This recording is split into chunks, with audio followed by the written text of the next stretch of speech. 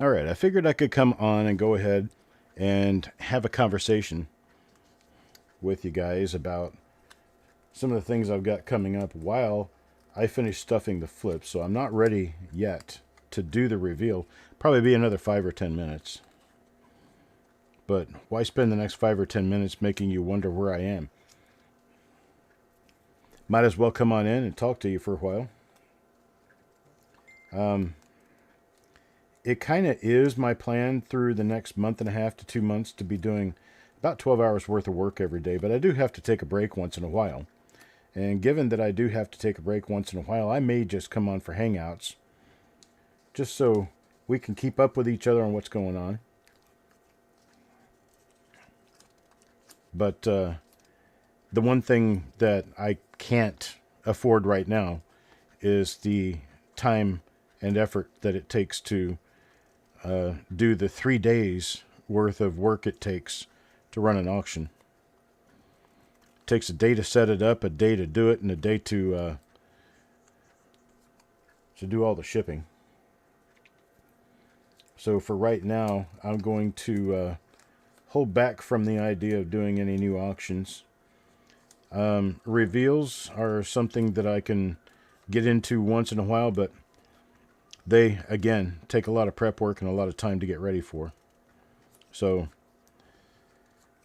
for the most part, I think I'm probably just going to stay on the silent end as far as broadcasting is concerned, but always know that I am here. You can message me on Messenger, or you can send me an email anytime, and I will respond.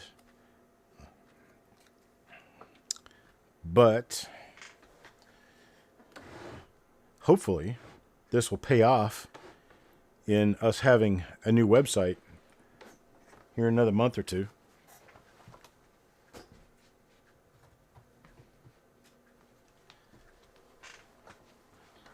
That's the thought, anyway.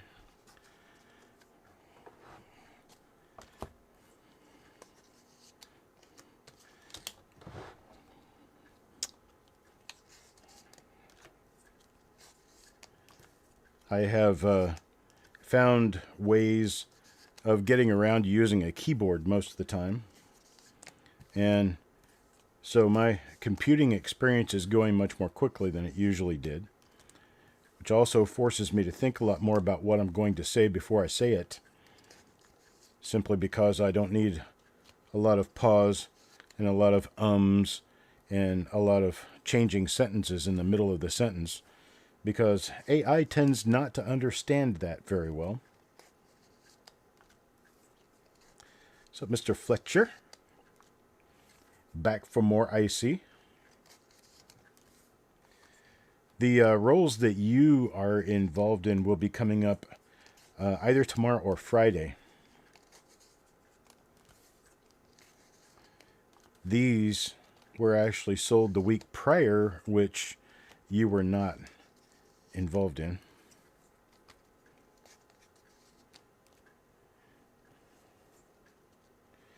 Yep, I remember those days. Even today, process flowcharting is a thing. There are a number of AI automations and services that do that, that you make AI do what you want it to do based on a flowchart. And I watched a video on that on YouTube a few days ago, and it took me right back to my days in college. Basically, it's just system analysis and design. Go back to your college class on that, and this is exactly the same thing.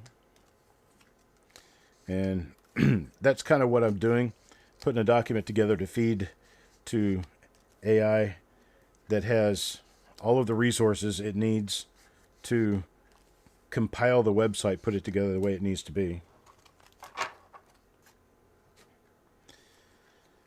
This is going to have a lot of interaction. It's going to be a lot of data. I'm very excited for the idea of what's going to end up showing on your screen, because I'm going to keep at it until it's done. But If it all works out the way I want it to work out, we're going to have a website that will be one to be reckoned with for anyone wanting to come close to competition. 1964. How about we get on it? It's a Oklahoma City branch of Federal Reserve Bank of Kansas City roll. Let me get my roll end puller. Get this one open.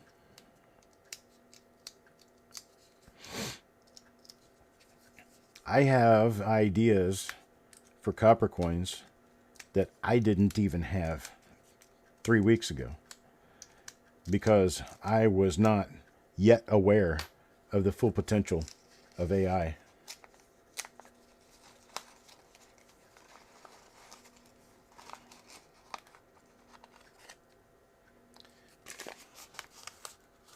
All right, 1964, Philadelphia.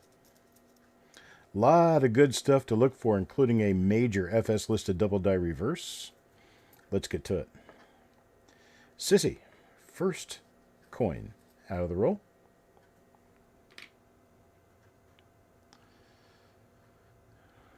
A little bit spotty.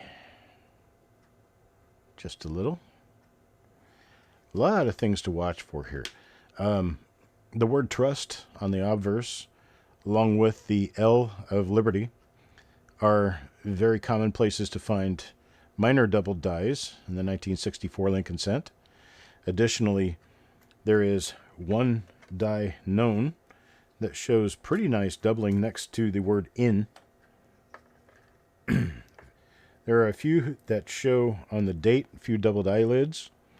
There are a large number of double die reverses for 1964. 1964, in fact, all the different coins for 1964 seem to have been a thing with hippie hay going around in the mint while they were making dies, because there's a lot of wild stuff for 1964. Nickels for 1964, I think there's close to 100 different double die reverses for nickels, 1964. It's a mess, folks. I tell you. Nothing so far. Third coin here. This one goes to Brad. Pretty nice looking roll, nonetheless. You see how your one is a little thinner toward the bottom right there? You see those polish lines going east to west? Well, that should give you a clue that this die has been pretty heavily polished at one time.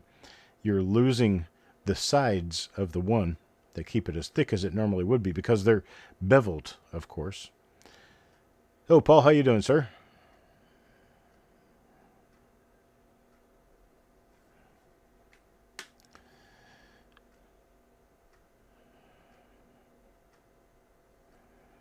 We're going to keep popping through here looking to see if we can find any double dies. Of course, we're not going to find a repunch mint mark. There are no mint marks to begin with. That's what I tell people regarding the idea of repunched dates on coins.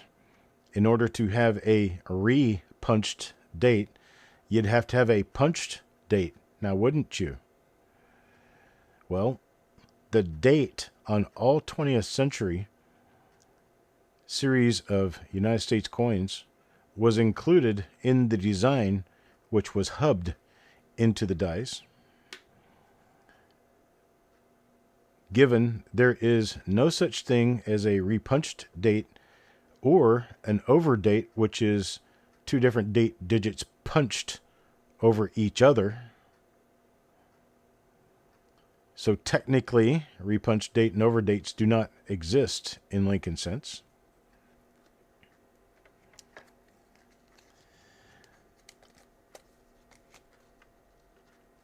Or Mercury dimes, Buffalo nickels, Standing Liberty quarters, Washington quarters, Roosevelt dimes. You say, oh, yes, they do. You're forgetting about the 42 over 41 dimes and the 18 over 17 D nickel. And I have to retort in that case that I am considering those as well. They are design hub double dies. They are not overdates. So when somebody tells you that they still need the 1942 overdate dime in their collection, you can give them a little bit of anecdotal knowledge that an overdate is punched into the die, and dates were not punched into the dies in 1942. 1943 over 2 nickels. Same thing. They have to be punched in the first place to be repunched. And an overdate is a repunched date with 2 different date digits. Common generally to things like bust quarters and bust half dollars and early date stuff like that. But with the 20th century and the advent of actually doing the entire design into the die and not punching the dates separately, those overdates and repunched dates became, well, obsolete. Just like repunched mint marks became obsolete in 1990 because 1989 was the final year for punching mint marks into the dies. The next year, they were included on the plaster mold that was reduced and replicated for the design all the way through. So never was the mint mark punched into those dies. It was engraved and then hubbed. So when you have a double die in those given years that had a mint mark, you would have a double die that also had a doubled mint mark, which is against the rules that we think about when we're talking about the coins in the 30s, 40s, 50s, 60s, that anytime you have doubling on the coin and the mint mark is also doubled, it's not a repunch mint mark. It's most likely machine doubling. Well, that rule stands on its head when it comes to anything after 1989 because, well, the mint mark was already in the hub when it made the die. So this is the reason why, like the nice 1995D double die Lincoln cents, the mint mark is doubled as well as the date and other features.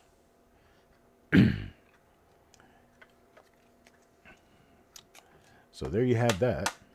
Kevin Hawthorne, good morning to you, or good afternoon. Got Shinbone coming up next here. Last coin I'm going to be checking the reverse on. I think we have probably seen the gambit of reverses that there are in this roll. So we'll check this one, then we'll get moving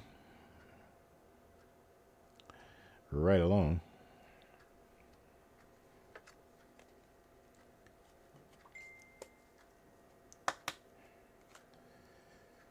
All right, number 11, Kurt Pierce.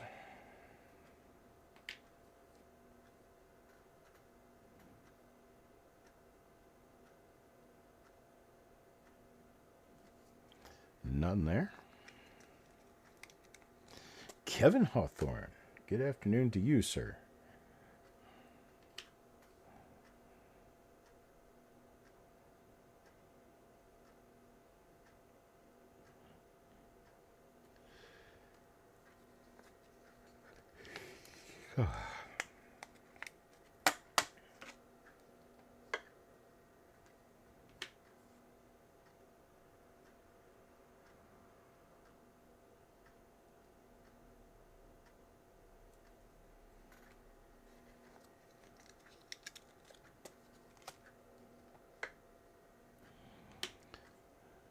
Just once I draw in and become real silent, I concentrate better on what I'm trying to do.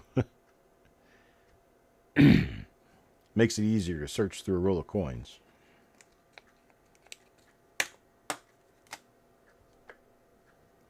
Kurt Pierce. I've got a few spiderwebby looking coins, planchet wash issues. Pretty common up until the mid 1960s.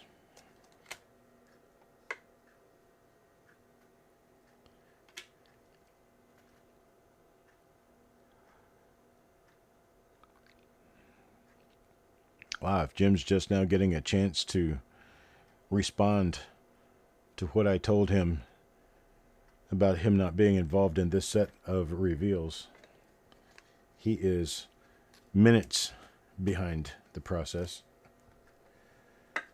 Unless he was just listening and finally got a chance to get back to typing.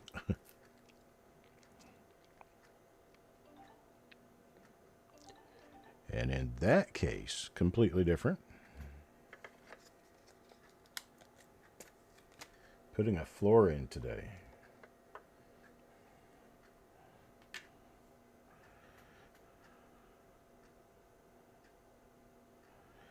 I have done that. I am not a professional. I think I'll probably leave it up to the professionals from now on. Because when I did it, I couldn't afford to pay anyone to do it, but it needed to be done. So I did.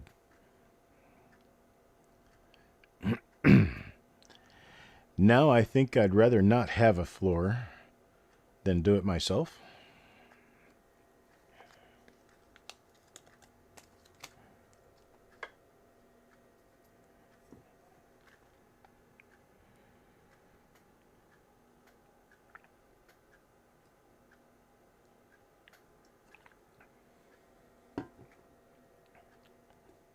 Stop for a little drink here. Throat's starting to get a little scratchy. I'm used to sitting up here most of the day and night, basically not talking. And I come on and do 5 reveals in a day. It makes me go hoarse. That's why I said tomorrow I might or might not be able to do reveals. May have to wait until Friday for my throat to repair itself. My poor, delicate voice box. I wonder why we called it a voice box. I don't know why did humans ever call the vocal cords and surrounding area a voice box? I guess, is that like a hollow there that your voice catches air coming out? And of course, the vibrations of your vocal cord is what allows the sound to come out. But it was interesting. Anyway, why call it a voice box? Maybe something somebody will look up on the internet. Ask Google. Google knows. Here, I'll ask your phone for you. Hey, Google. How about 6 people, cell phones just beeped.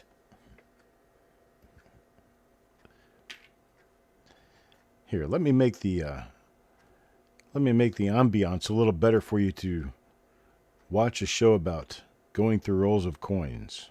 Ready? Alexa, play smooth jazz music.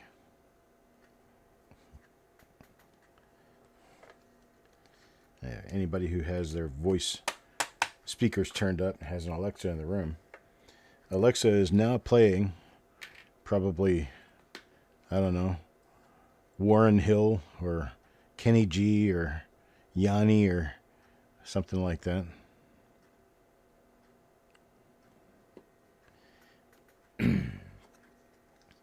Boney James, the Rippingtons, Spyro Gyra. Dude, I know my jazz.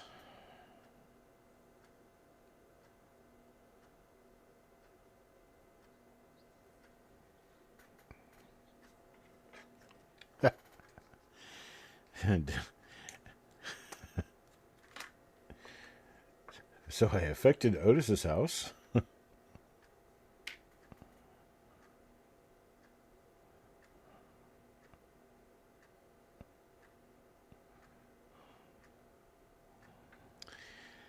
should teach you something, Otis. Doesn't matter what you're doing. Doesn't matter where you're doing it. If you're in your house and you're making noise, somebody else can hear it.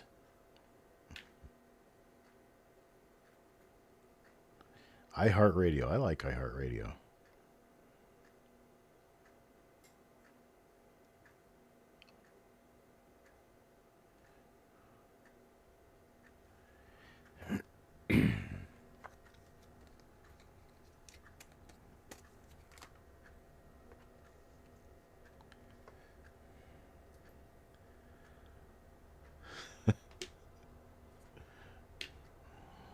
I don't like causing disturbances very often. Hey, looky there. That looks like a double die right there on the bottom of the 4. Let's see if anything continues. Yes, we got it on the bottom of the T right there. And then there's a little bit on the R. So theoretically, we'll have some on the top of the L. Well, looks like anyway, we still appears to have a very slight class 1 double die here.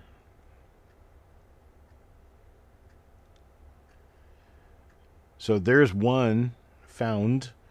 I don't know how many more there could be in the roll. The entirety of the coin, obverse and reverse, tends to be EDS, which is also kind of unusual for 1964. They minted so many coins in 1964, they kind of wore out those dies. So there is what I think is a minor double die for Tim. Eric will take a look at that, and we'll take it from there. Did you see all those flow lines popping out there? And all that fuzz on the outside edge of the letters? That tells you that you got a later die state coin. Here's one from Mr. McCumber.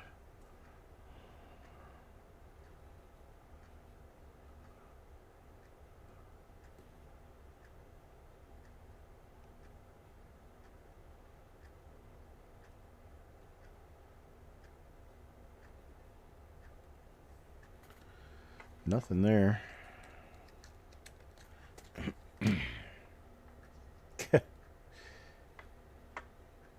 The milk spots. Now come up with some Weird Al Yankovic like song parodies that are about numismatics. Then we can get that AI program that takes your voice and covers a song with your voice and see if it'll do an original song that keeps you in tune. Because I am not an in-tune person.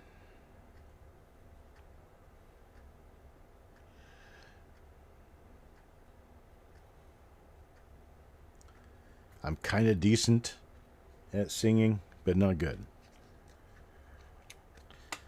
Just put it that way. It's not impressive, but it's not something that's going to absolutely kill your ears either. So, there you have it.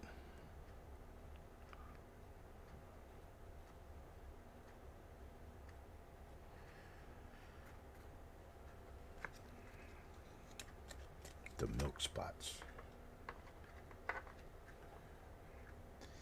All right, here we go. Coin number 35.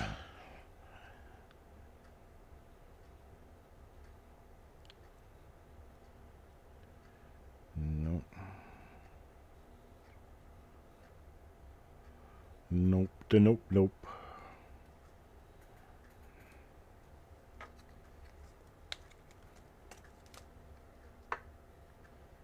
There's 36 going with Farm Dog now.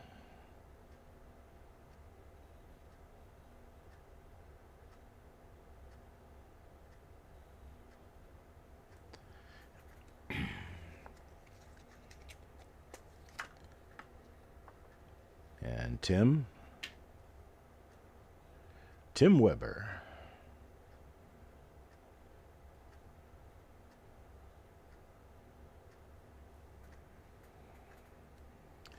Decent, but not excellent.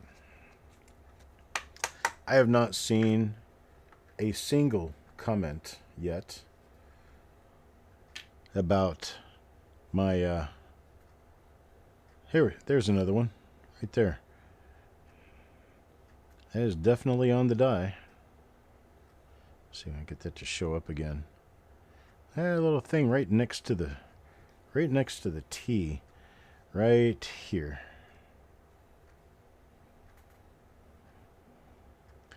Haven't had any comments yet about the website development, excitement, suggestions. Haven't heard anything. No conversation at all. Said something that should be like highly exciting, and I hear nothing but crickets. Number 39 goes to Mickey. That's okay. You folks will see it when it comes out, and you will wonder how I kept all that bottled in for so long. I have mentioned things to people in the past. No real concrete ideas, though. Now all the ideas are concrete. They're ready to be laid out in extreme detail.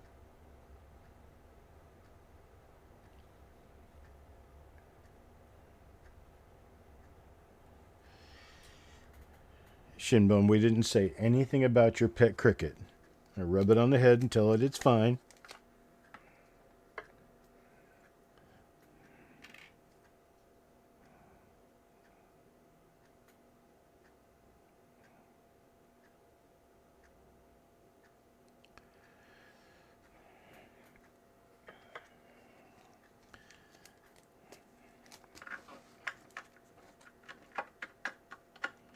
Of course, all of you guys know Shinbone got his start in collecting through his father's friend, Hambone.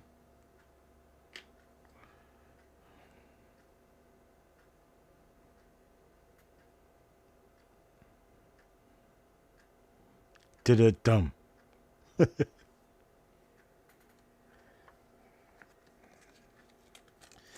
Farm Dog, you are one who has been waiting for a long time. Once you've known me probably 10 years, I've been talking about this at least that long.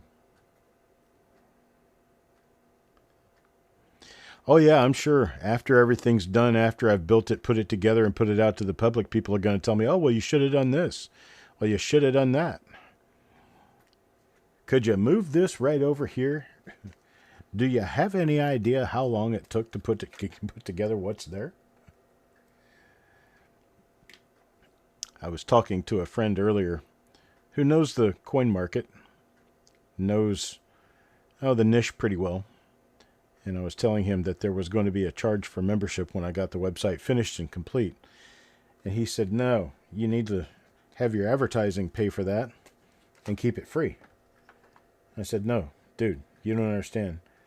There are people who pay 10 times what I'm talking about to have things that are a lot less robust than what I'm talking about putting together for them. Interactive stuff that allow you to control your own collection and keep track of and print reports on your own collection. You ain't getting that free, folks. There's no free lunch.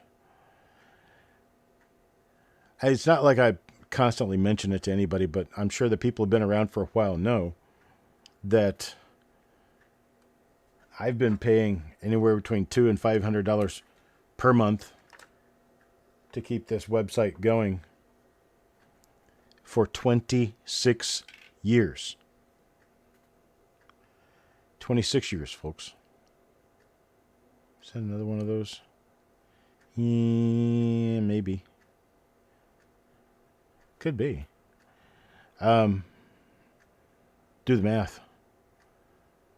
I mean, That's a lot of money.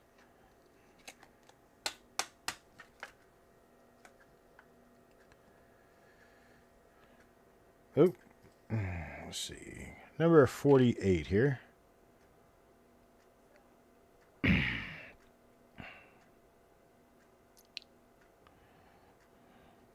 Nothing there.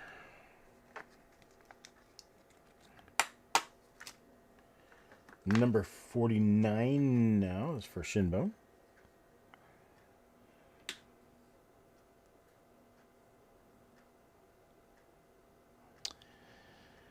There's also going to be A/B testing involved, where you will see something the way you see it, and only a few other people will. It'd be dependent on where you go and what you do from there as to what decisions are made about the use of that particular area into the future. Something I never really gave a lot of thought to, simply because I don't have time to keep up with stuff like that. But evidently AI does. All right, that does it for this roll. Got just a couple of examples of a relatively minor double die obverse, which there could be others in the roll that I just missed. So, of course, going to have Eric take a look at everything, but I only caught 2 of them. We may have more. All right. And that's going to be it for that. We'll move on to the last roll for today. It's going to be that 1955D right there. We will take another 10-15 minute break, and I'll be back. Thanks a lot.